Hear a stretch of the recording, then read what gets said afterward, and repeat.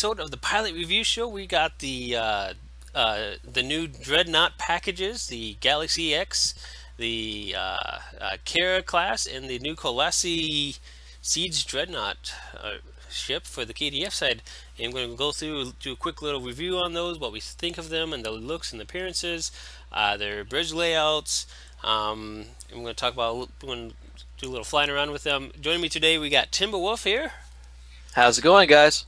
And so we're just going to go over these ships and give you an idea of our opinions, our thoughts, what we like, what we don't like about them, so that we can give you our opinions on how these ships will do from a piloting aspect of things, because that is our big thing that we focus on. So Can you please change the look of that ship, please? yeah, I will be changing the look. This is fresh out of the box for those who are curious. This is not a this is not my final look and setup on this ship. I will be doing something completely different. I'll probably do a video later on of what the ship can do under my hands. I'm not going to say they're expert hands, but I'm going to say what they can do under my hands, because this captain that I have here is not maxed out. She has a long ways to go, actually. So, but this is the ship. It definitely does have a skin lookout. Let me back up here a little bit. I mean, it's not bad, but it's not like I would go around flying this because I can. I will probably pull in some of my options for skins, and from what I understood from what Thomas the Cat posted on Twitter, he made it so that this center nacelle is separate from these two outer nacelles, so you can actually have that a little bit different. Oh, that's interesting. So you can have the nacelle slightly mismatched because of that, which is a nice feature on that, in my opinion. So that's the top of the ship and spinning around. Let me flip this up here a little bit so you can see the light on the bottom of the ship. You obviously see the red lights when it's dark, but you see the nice little lance here, and then the deflector. I mean, overall, I mean, it's not like it's a terrible looking ship, but like both me and Timber have voiced, the look is just terrible. It'll be one of the first things that we end up switching out ourselves. You see these little fins or whatever the heck this is right here. I mean, really, we're in space. What is this going to do for aerodynamics? There's no aerodynamics in space. You don't need this little flap. I mean, it was cool on the original Galaxy Dread and all good things. It made it look like it was more maneuverable. But with this hulk of a ship, there's only so much you can do, and it's like, okay, you're just adding stuff to make it look cool, which it did look cool in the original version. That's why, for me, when I get this, I'll probably be getting this later this month just because of financial reasons. I'll probably run most parts as the original Galaxy. And for me, I'm going to mesh in some of the Monarch features, since the Monarch skin is now free with this Dreadnought pack. Which I think was the best thing they could have done. I mean, it gives you a lot more options because of that. And I like that pack as well for look, so I'll probably mix and match it. For me, I was never a big fan on the Andromeda skin. I know people were. For me, it's an eyesore, and I hate to say that. I know people will disagree with me. And I know we're about piloting here, and that's our big niche, but I can't pilot things properly if I can't stand to look at them. And yeah. It's one of those things. Is like, would you rather look at something that's beautiful or something that's completely hideous and ugly? And beauty is in the eye of the beholder. I will say that. Oh, absolutely. It's just that's not beautiful to me. No, personally. Yeah. So this is what the ship comes with. So apparently they're thinking you're supposed to be able to mix beams and torpedoes and a cannon on a ship that doesn't have a skill that applies to all of the weapons at equal amount. One thing I will point out, if you do have a ship like a pilot ship or one of the intel ships, those have a skill that you can use surgical strikes or reroute for pilots, surgical strikes for the intel. Those apply to all weapons equally. Those is probably where you can use a complete mixed set of weapons of beams and cannons, or dual beam banks and dual cannons. But if you don't have those options available, not really going to get the most out of your setup there. So this is not the fleet version. I do have it, and I'll pull it on here in a moment here. We're just going to spend a couple quick moments on these ships just so you can get an idea of what they look like and whatnot. I definitely want to discuss the console, because when we looked at it initially, and we still haven't tested it fully, the console alone is very, very nice. Yes. Yeah, so let me, I'm going to highlight over that. This is the console that comes with it. This is the Universal Supplemental Subsystems. So it has a passive trait here that is a +2 to all power systems. So you're automatically getting +2 from this by itself. Then the next part, the Overload Subsystem, Supplemental Subsystems. This is an activatable skill. Okay, so this is not like, so when you're looking at this, don't be thinking your leech replacement, even though some of the things you'll see is very similar to a leech. This is not to replace a leech. This is a supplemental thing to give you a quick little boost when you feel you need it the most. We're going to see what the cooldown is in a moment here, and some of the other things. So one of the first things that it has here is it has a +40 max all power system. So what that means is it's an OSS, and so if you got 125 in your weapons power, you're now got 165 max potential. You can take that to. Yeah. So that's what that means. For those who are not aware, that everything is instantly getting boosted from the 125 max cap, or 135 for certain setups for the aux, or 130 for some of the different setups. So you get an instant 165. It's actually just like the OSS, where you can boost your stuff up. We'll go on from there because we'll talk about what the power raised up at that point. When receiving energy damage, the attacker gets 281 energy damage dealt back to them.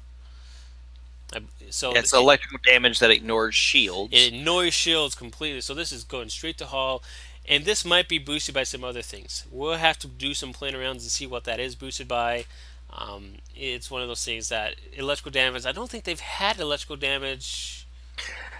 I've seen one or two applications for it, but I still am at a loss as to what can boost it, if anything can boost it. We'll have to play around. It might be a science build. It might be a science setup that does that.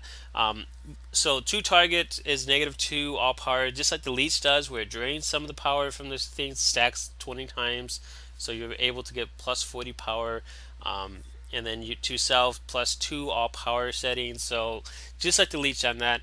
The interesting is it's set. It's not doing, like, I should be getting a plus like 2.7, I believe it is. That is what I typically have, is plus 2.7. I'll equip a couple flow cap consoles here in a moment. We'll see if that just here when we do that.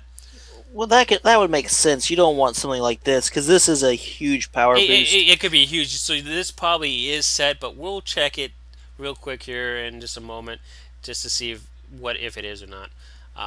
So the other thing, grants 1 subsystem overload counter for 20 seconds.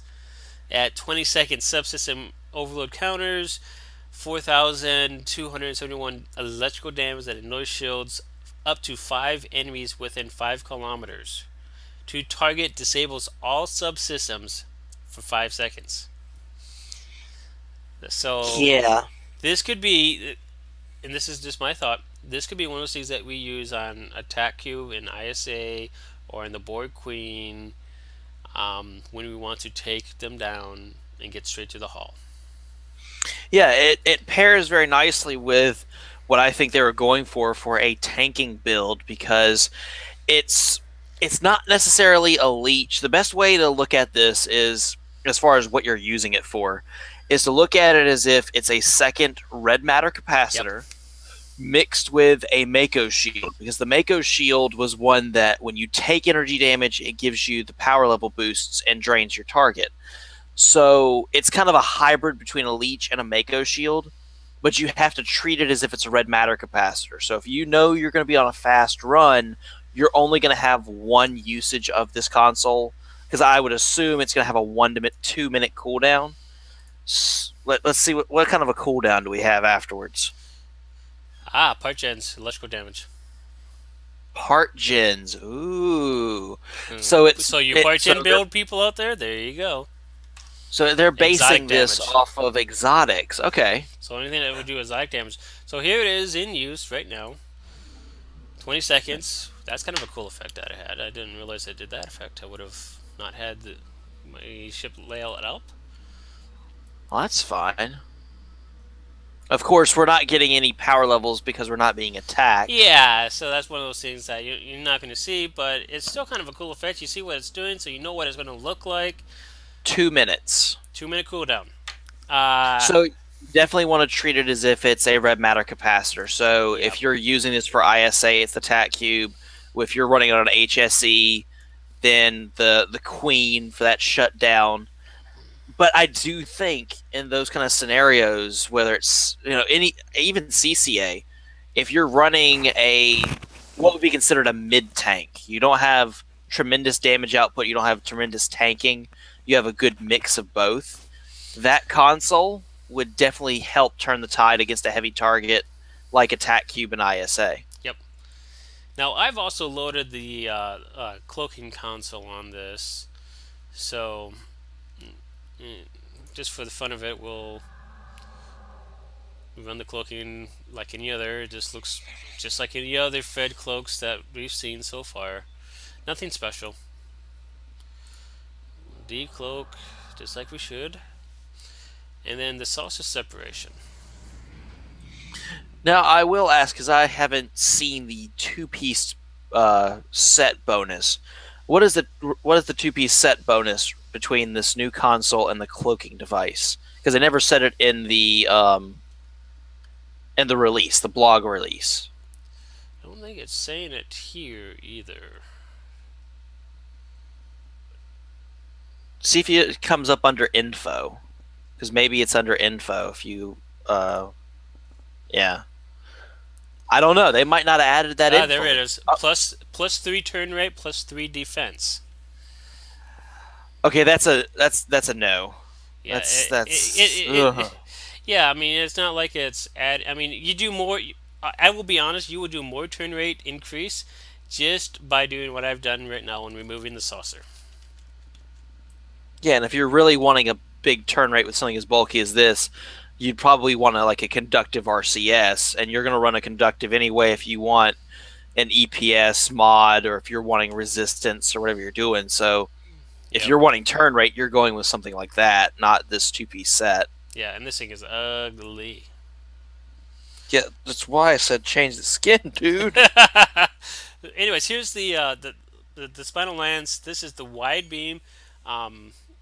This is one of my special things that I love to do with this lance here. The wide beam, so those who are not aware, the wide beam, instead of hitting like one target, hits a cone of targets.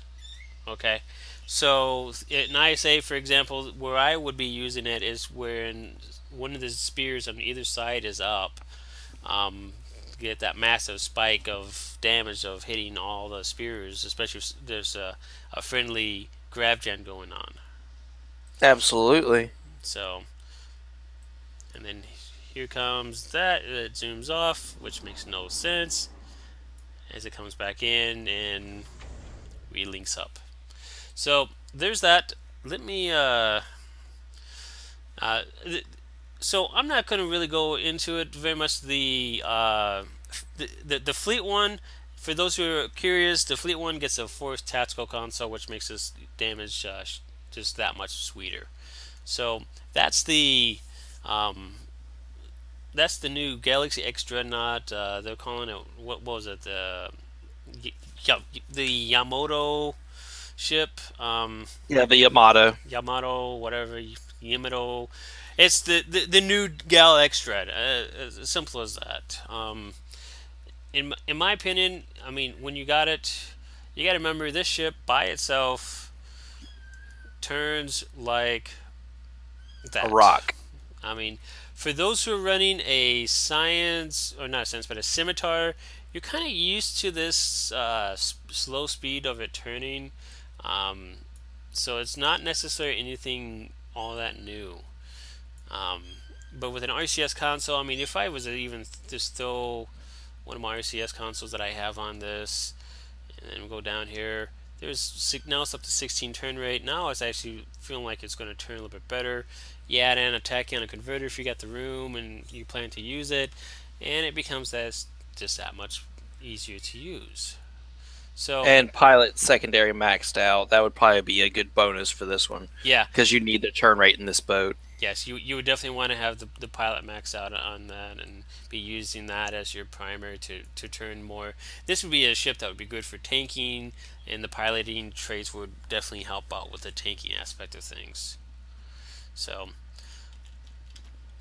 overall, it's got a lot of potential. It's just going to be a matter of the captain that's using it. The nice thing about this is it has, instead of having the lieutenant tactical, it has the lieutenant commander tactical, which is a huge advantage right there alone, because you can now equip FA3, for example.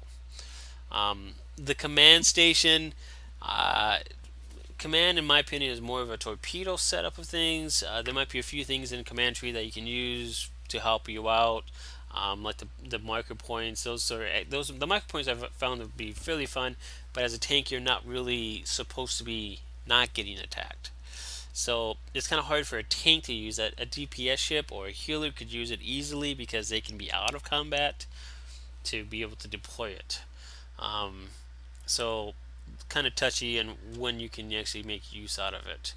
This ship, to give you an idea of what I'll probably be doing with it, is I'll probably be doing an Oxabat setup on this with a FA3, so that I can basically every 20 seconds be using my FA3 cycle and get that much more DPS because of that. So that's one of my tricks that I'm going to be doing on this ship. So we're going to switch over here to a Romulan captain to show you the Kara Dreadnought. Which, interestingly enough, and we can report it because it has been fixed. It's all been over social media for probably about an hour and a half. For some reason, the T6 Kara Warbird in the shipyard was free. It was listed as 0 energy credits. Why? Could not tell you. Probably just simply the code was not written for the price. Maybe they just forgotten that line. So for probably about an hour, hour and a half, a whole bunch of people with Romulan tunes were getting that ship, this T6 ship, for absolutely free. Yep. It's gonna help a lot of players because they've now gotten a free tier 6 for the Romulan. That, quite honestly, comparative to the free ships you get leveling, it is such a remarkable improvement. Especially if you can't spend a lot of money on this game. You just got something for free that's going to be really nice. And, by the way, on nice crash. Yes. I was hoping that it wouldn't do that during the stream because I don't want to show that aspect of the game. But that's something that's new to this recent update for me. I can't say it's something that's everyone's going to see. It might be some setting that I have that's because I've got my settings all maxed out for those who are not aware, because I wanted to show you the most beautiful aspect of every ship that we have here today. So I might have some setting that's maxed out that's saying I can't handle this, or something like that. So this is the Kara Dreadnought for the Romulan. For those who are not aware of this specific ship, if you get the T5 version from the C store that has a console, it has a dual vector console, this bottom half here can actually come off the ship and become a nice little sub ship. From what I understand, you can actually control that set and have a little more DPS control if you want to be a more DPS heavy setup on this. In the top part, I think it stays an engineering setup. I'm not exactly sure. I don't have it. I was going to get it so I can show you the dual vector. But it's one of the few T ships that's in the C store that is not the 2000 Zen price. bunch of them are 2,000 Zen, and then this one in particular was a 2,500 Zen, and I'm 200 Zen shy, and I couldn't farm enough because I just got back from school just a few minutes ago. So I would have, if I would have had time, I would have farmed it and got it and shown you off the dual vector. But for now, we have to suffice with not seeing it. But this is another beautiful ship with a very Romulan slash Klingon look to it, honestly. This looks like it could fit into the Klingon world if it was turned red. This one to me honestly harkens back to what we originally saw from a lot of Warbirds. It honestly looks like a hawk that has its talons out, about ready to land on something and pull it up to eat it. Yep. So I will give them that. I mean, I have little issues here and there with it as far as like the front. The front looks a little mushed to me, but overall, it harkens back to that bird feel that quite a few Romulan starships have. Yep. And the interesting thing here is, if you're a Romulan, you know you got your lower power rating. Got it on the numbers here. You see the 40 is the base on this, but sitting still with nothing equipped. Okay, I don't have any of my special gear that makes the ship all that more fancy and blah blah blah. With nothing equipped, most of my stuff is already up by 10 to 20 on the power levels. So I'm already at 60 weapons, 60 engines, 60 aux. That's without equipping my nice cores, my nice everything else that makes this ship, make the ship even that much better. So it's not too bad on the power levels, honestly. Now, is that because of how it's been built for its bonuses, or is that partly due to the new console? The new console might be a part of it. This is giving another +2 all power to all subsystems, and it could also be the fact that this captain might be more decked out towards the power levels and some of the stuff than the other one was. Not possible. Really. No? It's possible. I mean, I think it's about the same, if not more, on the other captain. Sorry about the cat meowing nuts. But anyways, back to the ship here. This, I mean, it has the battle cloak, the Romulan battle cloak on this, which, as you can see, you get a +50 defense after decloaking, +40 defense bonus for a brief duration. For those who are not aware, this is why Romulans always are trying to cloak before the start of a match, so that they can get this +40 damage bonus. And then you add in your bridge officers and what they got. As you can see, I don't have any bridge officers equipped, so they would add more damage for that and make that duration just a little bit longer. So that's one of the reasons you see a lot of Romulans cloaking on a regular basis. This is true. So that's one of the biggest advantages that this has. It's another it's another one of these ships that happens to have a low turn rate. I mean, it's 8.3. I think the Scimitar is about a little bit better than that as far as comparison. Let's pull in the RCS to see what it goes up to instantly. I mean, there we are at a 10.8. So, I mean, you aren't going to exactly see the fastest, but when you do go into the dual vector mode, it does increase the turn rate, because apparently they seem to think that in space is a drag, and because of it, these flaps at the bottom is causing more drag on the ship, so that all of a sudden you're getting slowed down because of this drag that's invisible in space. Space doesn't care about drag; it's just going to work. So here's the nice thing I want to point out on this Romulan Dread is you have a universal lieutenant commander spot. This makes the ship that much more versatile versus like the Galaxy X Dreadnought that we just saw a few minutes ago. Give me 2 seconds here to take care of this kid. Cat aggro. It's the worst, ladies and gentlemen.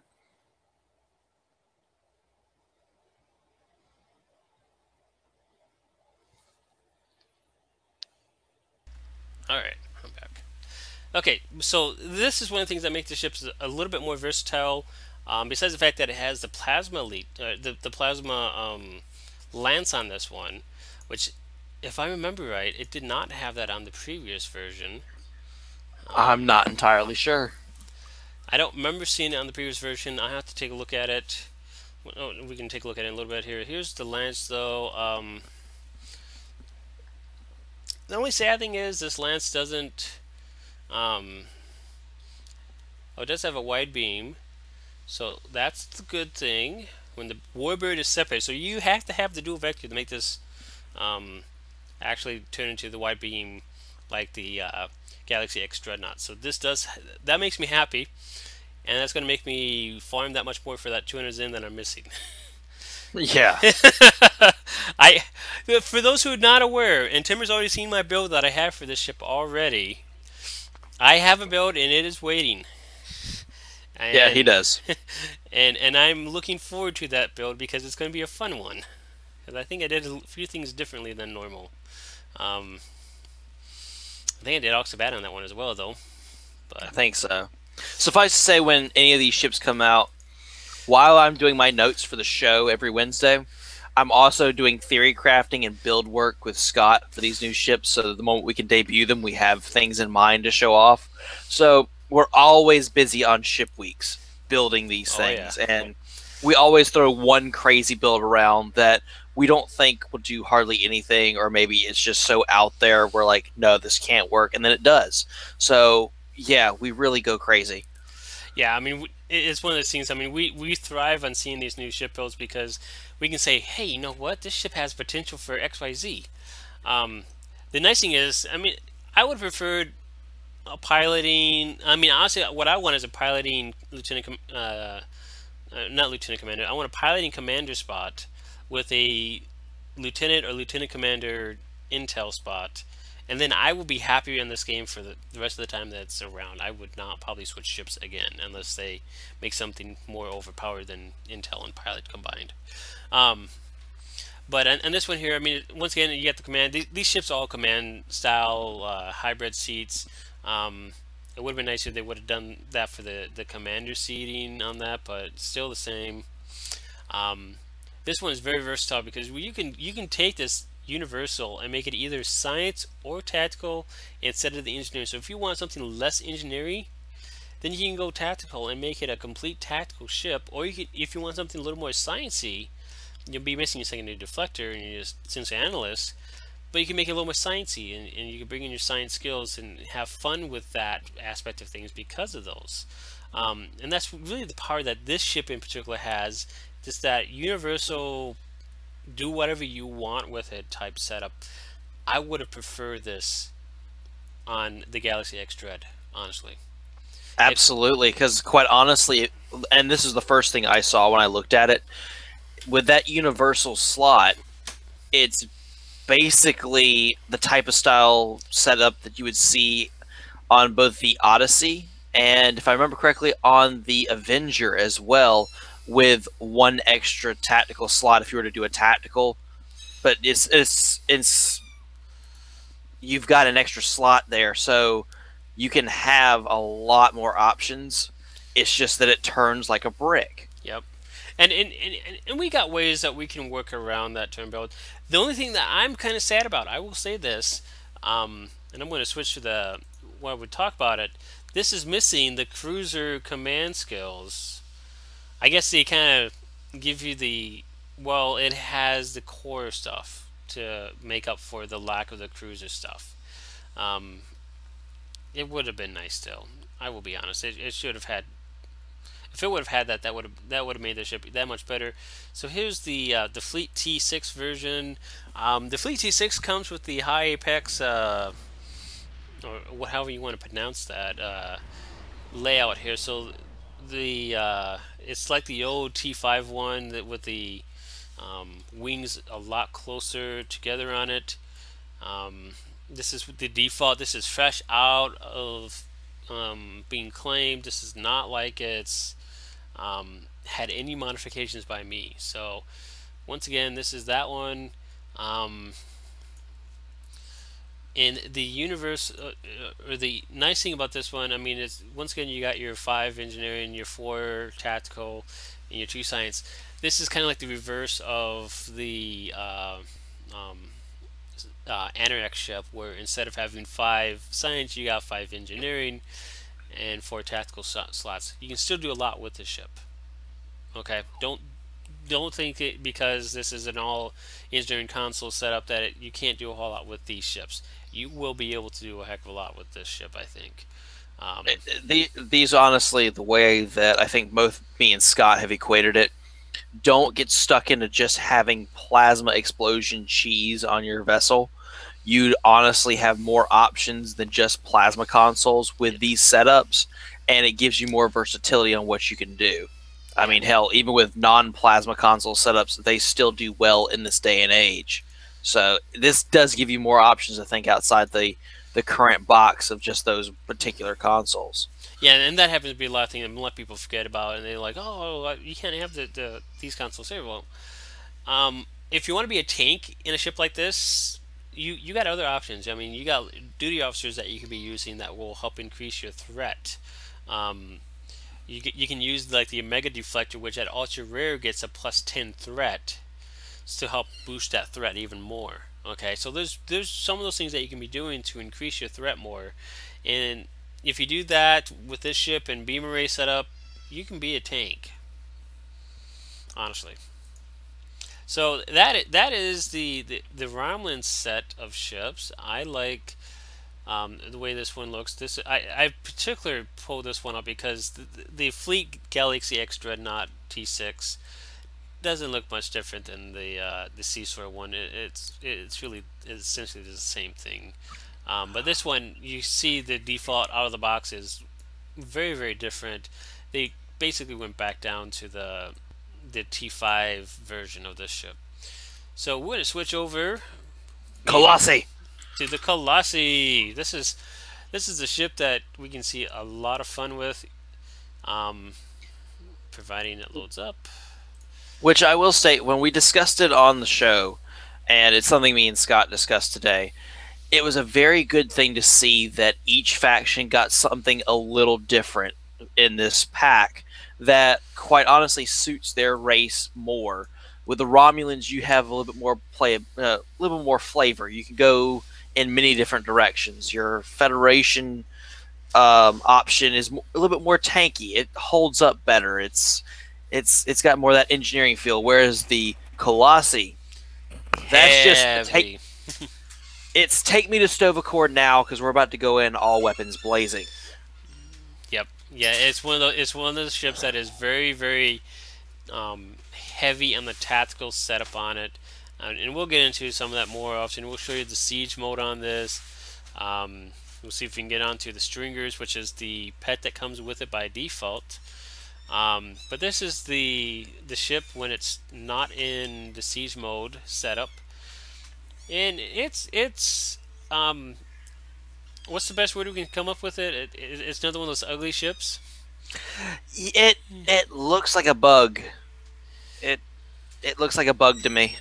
Yeah, I mean, it's one of those things that is there. I mean, it gets the same console. The console is exactly the same on this ship, so don't think it's anything different.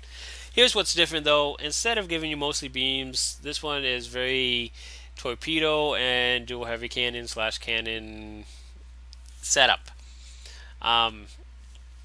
So obviously this is not the setup that it will be ending up with in my hands. This is going to be changed out almost immediately after the show when I play next on this character. It will get switched out just that fast. But you see what we're talking about here, where it's a heavy tactical setup. Got 5 TAC consoles versus having 3 or 4 on the C-Store version for the Galaxy X and the Fleet version, and then the 4 on the Romulan Bird. So this has 5 tactical consoles here. When you get the Fleet version of the ship, it gets 4 engineering consoles. So it's still a very viable ship for any sort of setup. You can do a lot of different things even with the 4 engineering consoles, versus having like a 3rd science console instead of the 4th engineering. So that is this ship. The one thing we did not touch on is the Starship Mastery trait. And this is the subsystem redundancies. So basically, plus shield hardness, plus shield regeneration, shield repair when using the beam overload or the lance abilities. Once again, the lance abilities on this ship is going to change based upon, in this case, this ship comes with the Javelin and does not look like it changes, Timber. It does not appear to change versus being in the siege mode or not. Yeah, it looks like this was something that was coded more of it's a single heavy target.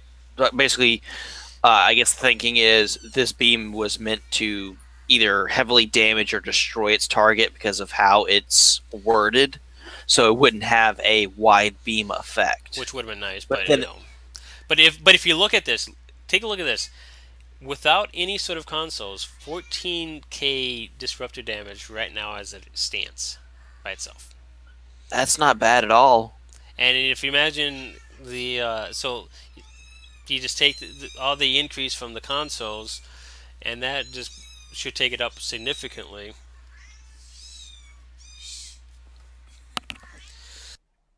Plus all your options with your seating, because this ship does come with 7 minimum tactical bridge officer slots. Yes. So you have a javelin that's built in that while you're absorbing the damage to use this, you've got 7 tactical slots with an ensign universal that could be used as a tactical, or it could be used to augment engineering or science. So probably for me, I would probably use it as a science, just so I'd have a hazard emitter slot and then maybe play with something else in the lieutenant science. But it's very tack heavy. Yes, very tack heavy. Yeah, I mean, and it makes sense. I mean, it really does make sense as far as what this ship was set to do, and for the faction itself. You know, you got the faction here that is KDF, which is go out and kill things, and there you go. Here's the other interesting thing versus the Galaxy X. Remember, we were on that just a few minutes ago, and that could be because this captain is a engineer and very, very heavy on engineering skills. Trust me, when I built this captain together, I was not carrying. I was doing different random things on this, so that's why it's got all sorts of random things here. So I got a lot of power on this captain because of that factor. That's what I was remembering about earlier, trying to wonder why it was so random and fluctuated. Is because of how I got my weapon or my skills laid out. But if you got your skills laid out for heavy power, I mean, this thing automatically has 85 power in the weapons if you've done exactly what I've done. I wouldn't recommend it for DPS usage, honestly, but you can definitely make use out of it. So here's what we want to show you here is the siege mode.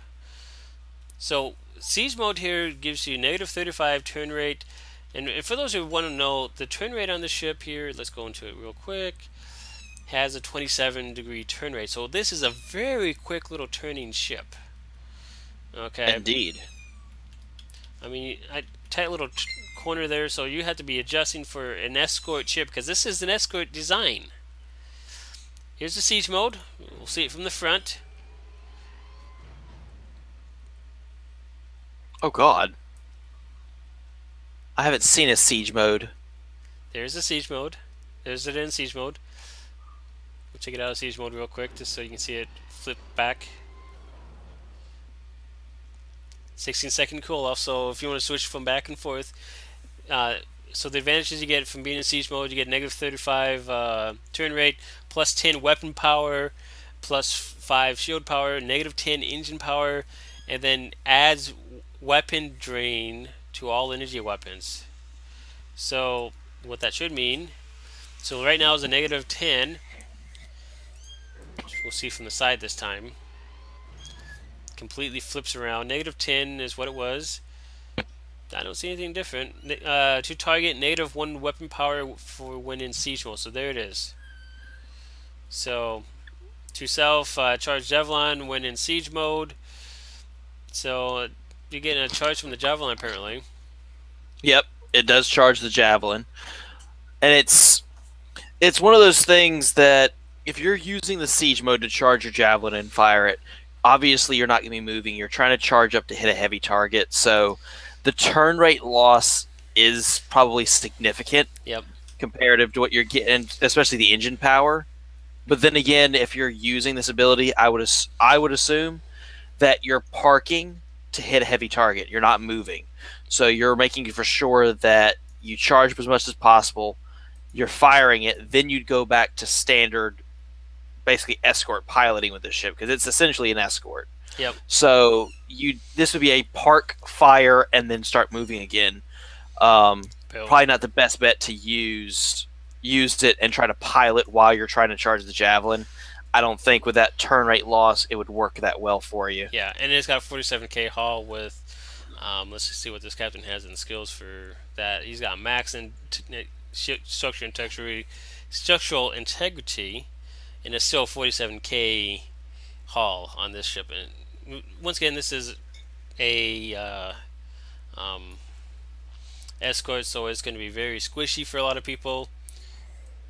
And there's where the ships come out for the pets. See if we can get one of the mistakes still long enough.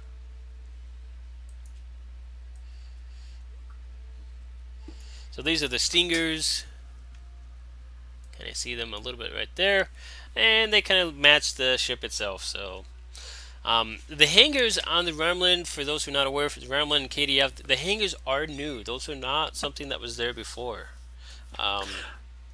Which, quite honestly, is impressive to have on a destroyer. It's basically an escort with a hangar bay, which, for the Klingons, this is actually their second offering in a very short amount of time to actually have these. As of 3 months ago, the Klingons did not have anything like this, and now they have their, if I remember correctly, it's the heavy escort carrier. Yep. They have their version of it, and now they have their siege destroyer that can also be considered a heavy escort carrier as well. So now they have two offerings, and with that not previously seen in Klingon ships, this does give this ship a little bit more versatility. Depending on what role you're wanting to get out of this tactical tune, it will also depend on what pets you use. Yep. Because if you feel like you're getting more squishy, you can always run a pet that's going to either debuff your target so you can kill it faster, or possibly the shield drones to help keep your shields up. But it's very, very nice to see something like this for the Klingons. The Klingons needed love. Yep, and as you can see here, it's got a 16.9 turn rate when in siege mode. If we switch out, that's when it jumps up to the 26. So you're losing about 10 turn rate without any RCS consoles. Obviously, I don't have any on this captain right now that I'm aware of. Closest I got is these RCS Mark 10s, which doesn't equate to the actual RCS conducive. So yeah. But that is the ships. This is probably one here that a lot of people can be excited for if you're a KDF.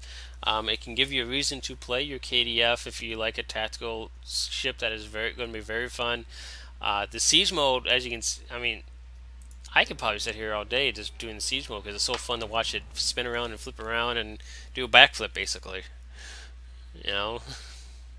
Yeah, that's just weird looking. It's almost like a spider jumping around. Yeah, it's one of those things. The ship completely just flips from one side to the other. Because if you remember, if I zoom in here, this is the front here. All right. The only thing that's really changing here on the ship as a whole is these are really just extended out with the arms, and the ship is flying now backwards versus where it was before. See, we'll flip it here. So there it is, backwards and upside down. All right, you see the difference? It's just the arms are extended out, and it's backwards and flipped upside down. That's what it's doing. But it's still a nice little cool animation. Yeah, it is. It's one of those things that it's fun to watch. And like I said, you probably find me occasionally just sitting here doing that just for the fun of it. Oh god, it's the pilot ships all over again. But I can only do it on KDF, so it's not like I can be over in Soul System, click, flip around.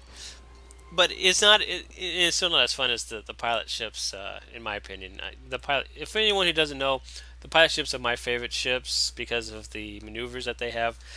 I am very, very sad that Cryptic has not decided to take even a couple of those maneuvers and put them on every single ship, like the thrust and the ritual thrusters. Those should be on every ship for sure because you could be doing that in every ship. It doesn't take much talent to do that. The aileron row, which they've misnamed as the barrel row. The aileron row is one of those that should only be designed for a small ship like this one here, for example. Um, but that's a rant on the pilot ships and my love for them and how Cryptic needs to add maneuvers for every single ship in the game so that every single ship in the game is equal on the maneuvers and it's not. You get it for the aileron for the pilot ships, and maybe you add another special for the pilot ships to make them even more unique. And then you make people happy like me.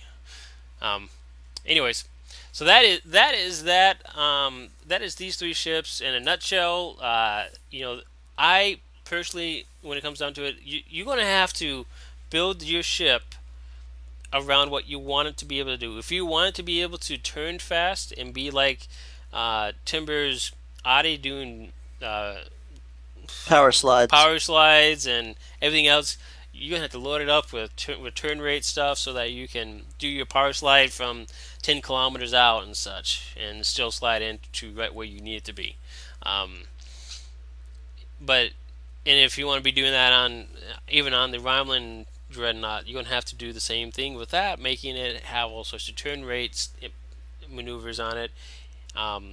The only advantage that the Dreadnought has, and it only has the threat in the weapon efficiency. It doesn't have the one for the engine to help you power slide even more. So it's kind of got that limitation between either DPS or taking the tank and threat. So you can do all sorts of things with these three ships, in my opinion. You're going to see people coming out with some new interesting builds, some new ideals of things. You're going to see me coming out with a few things that I've already. I just got to basically wait for these ships to show up in Stowe Academy, and you'll see my builds showing up in them. If you want to find any of my builds, they're very easy to find. I've named them all S.A. Ross at the start, and then it's either DBB, BA, or I think I got one that's Torp for one of my torpedo boats that I've got up. But you just look for S.A. Ross, and you'll find my build names.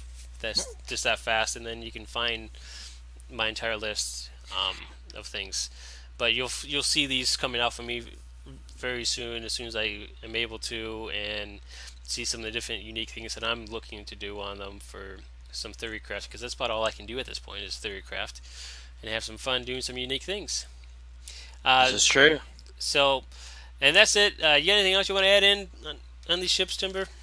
I mean, not really. I've gone over them now twice. I'm still very interested in getting the Dreadnought for the Fed side. That reminds me.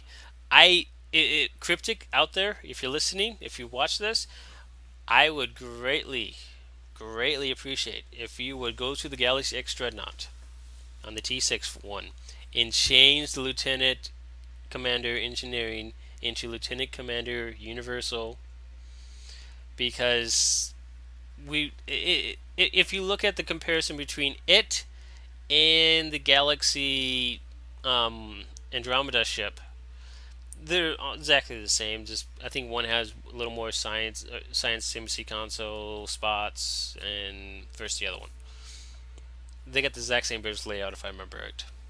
So if you made that Galaxy X Dreadnought a Lieutenant Commander Universal, you would make that ship a little more unique, so that people might say, maybe I'll use this because I can do a little more with this now. I mean, for me, I'm seeing it as a tank. I'm a mid-level tank, and I've been doing some research on it and everything, and I like the look of the classic, what was called the Galaxy X, or the Galaxy Dreadnought from the show. And I have a very interesting phased biomatter build. That way I can still have a phaser damage type for the Lance, while still using a phaser that I like better than standard. Other than that, it's going to come down to my paycheck whether I'm going to get the 3-pack or I'm just going to get the Fed side, because I do have more Fed side characters. Just started getting into my Klingon and Romulan offerings, but I'm probably gonna get this. Of course, that's probably gonna hurt later purchases if they try to come out with another ship, but whatever. Um, they're good overall ships. It's one of those things.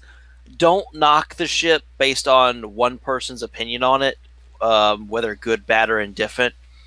It's always good to look at how it's set up and what people's different options are for it, and then if need be, you buy it yourself. Yeah. Worst case scenario, you've got a ship that you've tried out multiple times. Maybe you wasted some dilithium for it, or maybe you purchased it out of your paycheck like I am, and it's something that it works for you, but not as good as another ship, so it's a backup. But ultimately, it's going to come down to what you feel you can do with that ship. So it's never knock that ship until you've at least looked at it and studied it first, because there's always one person that's going to be able to pilot that ship and be able to help you be better at it. And they're better than everybody at it for some reason or another. There's probably going to be someone that can make all three of these ships, 3 different people that can make these 3 ships just look amazing and be able to do things that most people wouldn't think of. It's just give the ships a chance. That's I guess that's what I'm trying to say in my rant. I'm sorry. Yes, and there we go with another crash. But yeah, that's one of the biggest things to be thinking of is look at it how you would use it, not how someone else is going to use it or not use it. And because if you're like me, and 2 of your captains for this happens to have a Galaxy X T5U Dreadnought from the fleet, which I have 2 captains that have that because it's it's a ship I like a lot because of what I can do with it. I was able to make use out of it, and I see this ship as an upgrade and an improvement to those ships namely because of the Lieutenant Commander spot. The Lieutenant Commander spot is what made it for me. It said, you know what, that is an improvement over my T5 Galaxy X Dread. I am going. Yep. It's an improvement. It's a reason to upgrade. If it was the exact same, if it had the Lieutenant Tactical instead of the Lieutenant Commander Tactical, I probably would have said, yes, I'm passing. I would not. You would not have. You might not have this because of that factor. That I would have probably passed on it. So that is one of those things. And like I said, see what people build out. See what we build out. If you want to see what our build is going to look like, come talk to us later on. You can typically catch us on voice.pilotreviewshow.com for TeamSpeak, and you'll see us in there quite often. We'll be talking about these ships and what we're looking to do with them, and seeing what other people have ideas and thoughts of, because there's other people that's better tanks than us or better theory crafters, and so it's just a matter of talking to those people. Now, thank you all for watching and joining us. I am going to go here and I'm going to start customizing, and I'm going to let you have your own day. For those who are looking at what the Venture looks like, there's the Venture. Give you a little quick run through. There's the Monarch. This is the one that is now free. Oh, the Monarch. Beautiful. I'm telling you, I'm going to make a hybrid Galaxy / Monarch skin. Yep. It's going to look nice. And I love how they upgraded the I'm just going to get on this. The Galaxy skin, I love how they changed it. Good job to Thomas the Cat for redoing this. I think he's the one that redid it. If he didn't, good job to whoever did it. So anyways, I'm going to have fun. I'm going to be doing a little customization, making sure that I do it. There's a nacelle that I can change in the center by itself. Okay. Have a good day, everyone. And we will see you on Saturday. We'll have our regular episode of the Pilot Review where we'll be going over a couple of things and have to follow up on a couple people. So thank you very much and have a wonderful day.